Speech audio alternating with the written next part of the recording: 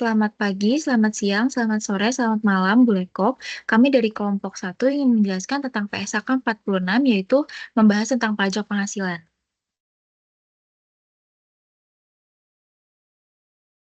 Yang terdiri dari kelompok kami terdiri dari Clarissa Wijaya dengan NIM 2022-538, Cahyo Satrio Hadi dengan NIM 2022-539, dan saya Putri Amelia dengan NIM 2022-50367, dan juga Fitarniat Duru dengan NIM 2022-50379. Yang pertama, PSAK adalah pernyataan standar akuntansi keuangan nomor 46 yang resmi dikeluarkan oleh Ikatan Akuntansi Indonesia atau IAI. Nah, PSAK ini tuh mengatur cara perusahaan dalam melaporkan pajak penghasilan dalam pelaporan keuangannya, baik dalam laporan posisi keuangan maupun dalam laporan laba rugi dan penghasilan komprehensif lainnya. Nah, di sini ada terdapat dua hal tujuan yang mengatur perlakuan akuntansi untuk pajak penghasilan tentang bagaimana konsekuensi pajak kini dan pajak masa depan untuk hal-hal berikut ini. Yang pertama, ada pemulihan atau penyelesaian masa depan dengan jumlah tercatat aset yang diakui dalam laporan keuangan. Dan juga yang kedua, ada transaksi dari pihak lain pada periode berjalan yang diakui dalam laporan keuangan perusahaan. Nah, ruang lingkupnya itu ada yang pertama, pernyataan ini diterapkan pada akuntansi pajak penghasilan. Yang kedua, untuk tujuan pernyataan ini, pajak penghasilan tuh mencakup seluruh pajak dalam negeri dan juga pajak luar negeri yang didasarkan pada laba kena pajak. Nah, yang terakhir, pernyataan ini tidak mengatur metode akuntansi untuk hibah pemerintah atau kredit pajak investasi. Nah, tujuan utama dari PSAK 46 itu ada mengatur perlakuan akuntansi untuk pajak penghasilan, yang kedua untuk bagaimana mempertanggungjawabkan konsekuensi pajak, yang ketiga untuk mengatur pengakuan aktivitas aktiva pajak tanggungan, dan juga yang terakhir ada perbedaan pengaturan dengan IAS 12, yaitu pengaturan pajak final, SKP, penambahan kesesuaian dengan pengaturan pajak untuk definisi aset pajak tangguhan. Nah, di sini ada pengakuan aset pajak kini dan juga liabilitas pajak kini. Yang pertama, jumlah pajak kini untuk periode berjalan dan juga periode sebelumnya yang belum dibayar itu akan diakui sebagai liabilitas. Dan juga manfaat terkait dengan rugi pajak yang dapat ditarik untuk memulihkan pajak kini dan juga periode sebelumnya dapat diakui sebagai aset. Nah, yang terakhir, jika rugi pajak digunakan untuk memulihkan pajak kini dari suatu periode sebelumnya, maka entitas mengakui manfaat tersebut sebagai aset juga. Materi selanjutnya akan dijelaskan oleh teman saya.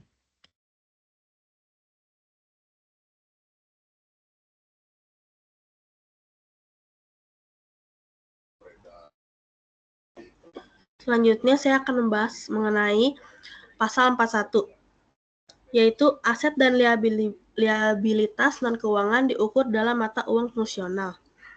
Jika EAT ditentukan dalam mata uang yang berbeda, maka perubahan kurs menimbulkan perbedaan temporer mengakibatkan aset atau liabilitas pajak tangguhan diakui. Lalu ada pasal 42, investor pada entitas asosiasi tidak mengendalikan entitas tersebut dan biasanya tidak dalam posisi menentukan kebijakan dividennya. Oleh karena itu, tanpa adanya perjanjian tentang pembagian dividen di masa yang dapat diperkirakan, investor mengakui DTL yang ditimbulkan dari perbedaan temporer kena pajak yang terkait dengan investasi pada entitas asosiasi.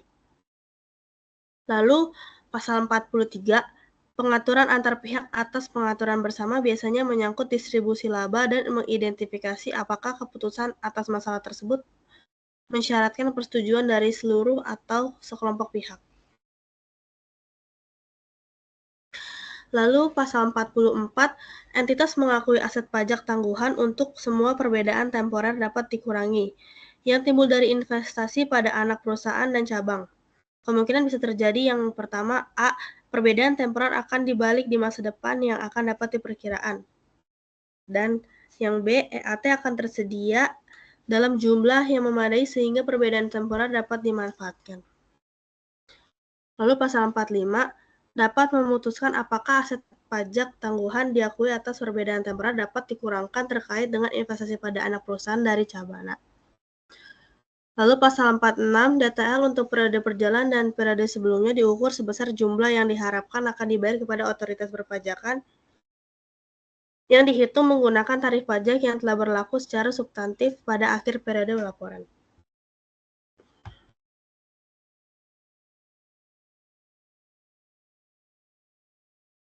Pasal 48, DTA dan DTL diukur dengan tarif yang berlaku. Akan tetapi jika tarif pajak baru diumumkan oleh pemerintah, maka dianggap bahwa tarif pajak tersebut telah berlaku. DTA dan DTL diukur dengan tarif baru yang telah diumumkan.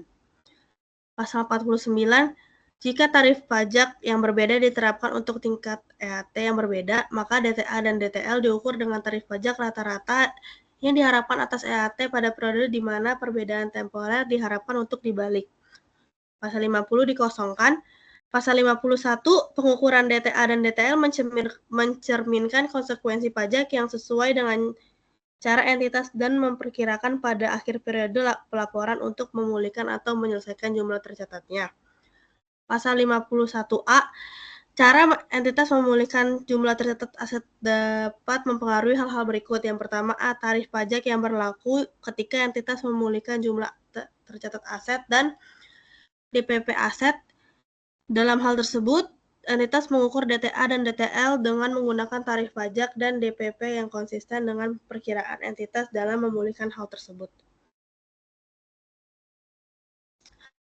Pasal 51B, jika DTA dan DTL timbul dari non-depreciable asset menggunakan model evaluasi fixed asset, maka pengukuran mencerminkan konsekuensi pajak untuk dipulihkan jumlah aset yang tidak didepresiasikan melalui penjualan. Jika peraturan perpajakan menentukan tarif pajak yang berlaku, maka tarif tersebut berlaku terhadap penjualan aset yang diterapkan dalam mengukur DTA dan DTL yang muncul non-depreciable asset. 51C, jika DTA dan DTL timbul dari properti investasi yang diukur menggunakan model fair value, maka terdapat praduga bahwa jumlah yang tercatat akan dipulihkan melalui penjualan. Pengukuran DTA dan DTL mencerminkan konsekuensi pajak untuk memulihkan jumlah tercatat properti investasi melalui penjualan. Praduga ini dibantah jika properti diapresiasikan dan dimiliki dalam model bisnis yang bertujuan untuk mengkonsumsi seluruh manfaat ekonomi. Lalu ada pasal 52, mungkin PPh terutang pada tarif lebih tinggi atau lebih rendah jika sebagian atau seluruh laba neto atau saldo laba dibayarkan sebagai dividen kepada pemegang saham. PPh dapat direstui atau terutang ketika sebagian atau seluruh laba neto atau saldo dibayarkan sebagai dividen kepada pemegang saham. DTA atau DTL maupun PPh diukur dengan tarif pajak yang sudah diterapkan atas laba yang belum dibagikan. Pasal 52B dikosongkan, pasal 53 DTA dan DTL tidak didiskontokan. Lalu ada pasal 54, penentuan andal untuk DTA dan DTL atas dasar diskonto mensyaratkan penjadwalan rinci waktu pengembalian setiap perbedaan temporer. Tidak tepat untuk mensyaratkan diskonto atas DTA dan DTL, walaupun diizinkan tetapi tidak disyaratkan. Pendiskontoan akan menimbulkan DTA dan DTL tidak dapat diperbandingkan antar entitas. Pasal 55, perbedaan temporer ditentukan berdasarkan jumlah tercatat aset atau liabilitas. Diterapkan bahkan ketika jumlah tercatat ditentukan dengan dasar diskonto. Pasal 56, jumlah tercatat DTA dan DTL ditelaah ulang pada akhir periode pelaporan. Entitas mengurangi jumlah tercatat DTA jika kemungkinan besar EAT tidak tersedia dalam jumlah yang memadai untuk mengoperasikan sebagian atau seluruh DTA. Lalu ada pasal 58, pajak kini dan pajak tangguhan sebagai penghasilan atau beban dalam laba rugi periode, kecuali sepanjang pajak penghasilan yang timbul dari satu transaksi atau peristiwa yang dialup pada periode yang sama atau berbeda di luar laba rugi balik dalam penghasilan komprehensif lain maupun langsung di ekuitas. Atau yang kedua, kombinasi bisnis. Selanjutnya akan dibahas oleh teman saya. Yang seterusnya ada pasal 59, sebagai besar DTA dan DTL timbul karena penghasilan atau beban diakui dalam perhitungan laba akuntansi selama satu periode. Tetapi diperhitungkan dalam IAT dalam periode yang berbeda. Yang contohnya adalah bunga, royalti, atau dividen diterima di akhir periode dimasukkan dalam laba sesuai dengan PSAK 725571, tapi diperhitungkan dalam EAT dalam dasar arus kas. Kemudian ada pasal 60, jumlah tercatat DTA dan DTL dapat berubah walaupun tidak ada perubahan pada jumlah tercatat perbedaan temporer, perubahan tarif atau peraturan perpajakan. Pajak tangguhan diakui dalam laba rugi kecuali terkait pos yang sebelumnya dialup di luar laba rugi. Kemudian ada pasal 61A, pajak kini dan pajak tangguhan diakui di luar laba rugi. Jika pajak terkait pos yang ada pada periode yang sama atau berbeda diakui di luar laba rugi, di antara lain yang pertama ada penghasilan yang komprehensif dan yang kedua ada langsung di ekuitas. Kemudian ada pasal 62, perizinan pos tertentu dalam penghasilan komprehensif lain. Nah, yang pertama itu ada perubahan jumlah tercatat yang timbul dari revaluasi aset tetap. Nah, yang kedua itu ada selisih kurs. Terus 62A adalah SAK mensyaratkan atau mengizinkan pos tertentu dibebankan secara langsung ke aktivitas. Yang pertama, penyesuaian atas saldo laba awal yang dihasilkan dari perubahan akuntansi yang ditetapkan secara retrospektif atau koreksi kesalahan. Yang kedua, jumlah yang timbul dari pengakuan awal ekuitas suatu instrumenter keuangan majemuk. Kemudian ada pasal 63, di mana dalam beberapa keadaan mungkin sulit untuk menghitung jumlah pajak kini dan papak tangguhan terkait dengan transaksi diakui di luar laba rugi. Hal ini terjadi ketika yang pertama ada tarif pajak penghasilan bersifat progresif dan tidak mungkin menentukan tarif pajak tertentu. Terus ada entitas menentukan bahwa aset pajak tangguhan diakui dan tidak lagi diakui secara terpenuh dan aset pajak tangguhan. Yang terakhir ada perubahan tarif pajak atau peraturan mempengaruhi aset atau liabilitas pajak tangguhan yang berhubungan dengan pos yang sebelumnya diakui laba luar negeri. Kemudian ada pasal 64, di PSAK 16, aset tetap tidak mengatur apakah entitas mengalihkan setiap tahun dari surplus revaluation ke saldo laba sejumlah yang sama dengan perbedaan antara depresiasi atau amortisasi aset berdasarkan biaya perolehan. Terus ada pasal 65, jika aset direvaluasi untuk tujuan pajak dan terkait dengan akuntansi revaluasi, penghasilan komprehensif lain, laba rugi. Kemudian ada pasal 65A, entitas yang membayar dividen kepada pemegang saham mungkin disyaratkan untuk membayar sebagian dari dividennya kepada otoritas perpajakan atas nama pemegang saham. Pada umumnya jumlah ini disebut sebagai pemotongan pajak. Kemudian ada pasal 66, sebagaimana dijelaskan di paragraf 19 dan 26C, perbedaan temporer mungkin timbul dari kombinasi bisnis. Konsekuensinya, aset dan liabilitas pajak tangguhan tersebut mempengaruhi jumlah goodwill atau keuntungan dari pembelian dengan diskon diakui entitas. Kemudian ada pasal 67, akibat dari kombinasi bisnis, kemungkinan realisasi suatu aset pajak tangguhan prakuisisi dari pihak prakuisisi dapat berubah, pihak prakuisisi dapat menggunakan manfaat rugi.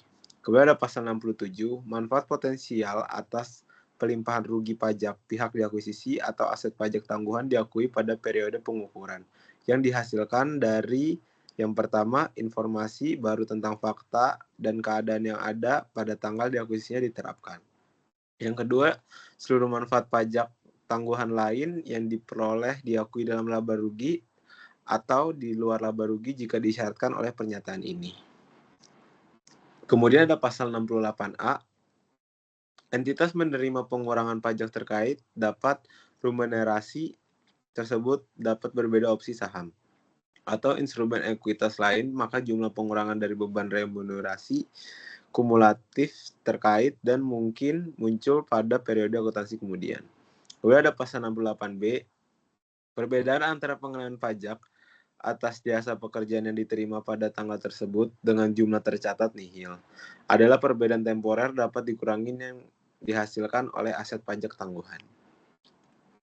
Terus ada pasal 68C, jumlah pengurangan pajak mungkin berbeda dari beban remunerasi kumulatif yang terkait. Jika jumlah pengurangan pajak melebihi jumlah beban remunerasi kumulatif terkait, pengurangan pajak tidak hanya terkait dengan beban remunerasi, tapi juga suatu pos ekuitas. Pasal 69 dikosongkan karena saling menghapus dengan pasal 70. Kemudian ada pasal 70, dia dikosongkan karena saling menghapus dengan pasal 69. Pasal 71, entitas melakukan saling hapus saat pajak kini dan liabilitas pajak kini jika dan hanya jika entitas. Yang pertama, memiliki hak yang dapat dipaksakan secara hukum. Terus yang kedua, memiliki intensi untuk menyelesaikan dengan dasar neto. Terus ada pasal 72, aset dan liabilitas pajak kini saling hapus dalam posisi keuangan, bergantung pada kriteria supaya ditetapkan oleh instrumen keuangan dalam PSAK 50, instrumen keuangan penyajian. Kemudian ada pasal 73, dalam laporan keuangan konsolidasi, aset pajak kini dari suatu entitas dalam kelompok usaha dapat saling hapus terhadap liabilitas pajak. Kini entitas lain dalam kelompok usage tersebut. Kemudian ada pasal 74, entitas memiliki hak yang dapat dipaksakan secara hukum dengan melakukan saling hapus aset pajak. Kini terhadap liabilitas pajak. Terus ada aset pajak tangguhan dan liabilitas pajak tangguhan terkait dengan pajak penghasilan dikenakan otoritas perpajakan yang sama. Kemudian yang terakhir ada pasal 75, menghadiri kebutuhan penjadwalan rinci atas pembalikan setiap perbedaan MORR. Pernyataan ini masyarakat entitas untuk saling hapus aset karena pajak tangguhan terhadap liabilitas. Pajak tangguhan dari entitas kena pajak yang sama. Selanjutnya akan dijelaskan oleh teman saya. Dalam pasal 76 dikatakan bahwa entitas ini mungkin memiliki hak yang dapat memaksakan secara hukum untuk melakukan atau saling hapus dan memiliki intensi menyelesaikan secara neto untuk suatu periode tapi tidak untuk periode lain. Nah, beban pajaknya itu penghasilan pajak terkait dengan laba rugi dari aktivitas normal. Dalam pasal 77 disajikan sebagai bagian dari laba rugi dalam laporan laba rugi dan juga penghasilan komprehensif lain. Selisih kurs atau aset atau liabilitas pajak tanggungan luar negeri itu ada di pasal 77A dan juga pasal 78.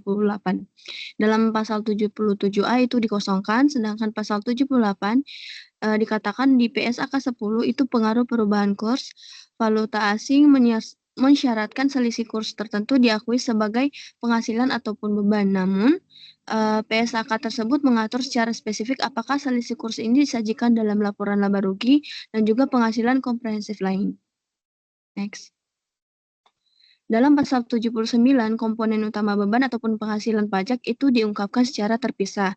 Sedangkan pasal 80 itu terdapat komponen beban. Yang pertama ada beban penghasilan pajak kini dan juga yang kedua penyesuaian apapun yang diakui pada periode atas pajak kini yang dari periode sebelumnya.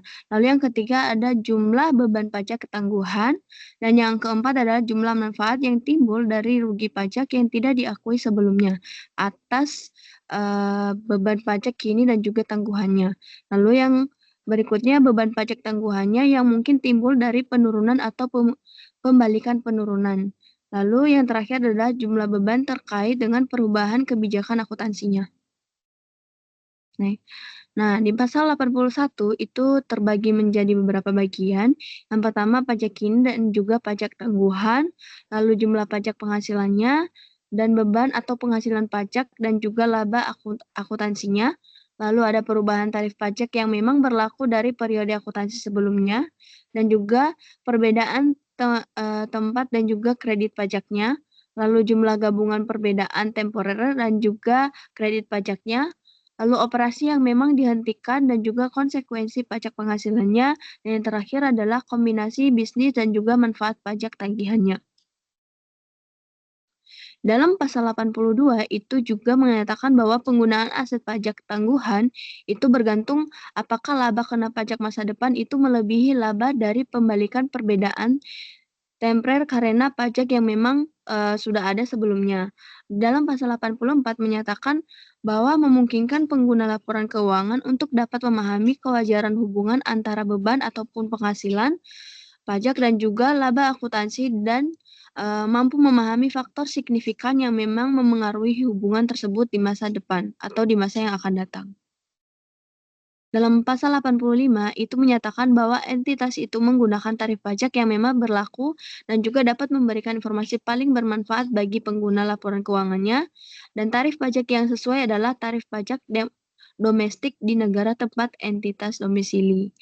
Dan pasal 87 itu tarif pajak efektif rata-rata itu merupakan beban ataupun penghasilan pajak itu dibagi dengan laba akuntansinya.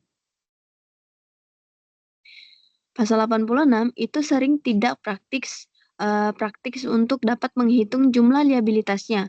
Pajak tangguhan yang memang tidak diakui itu timbul dari investasi pada entitas anak ataupun cabang dan juga entitas asosiasi serta kepentingan dalam pengaturan bersama. Lalu pasal 87A, B, dan juga C, itu terdapat 3 poin. Yang pertama adalah entitas itu mengungkapkan sifat konsekuensi pajak penghasilan, potensial pembayaran dividen kepada pemegang saham. Dan yang kedua, terkadang tidak praktis untuk menghitung jumlah konsekuensi pajak penghasilan potensial. Dan yang terakhir, entitas yang diisyaratkan untuk menyediakan pengungkapan semua dengan paragraf 82A. Sekian presentasi dari kami ucapkan terima kasih.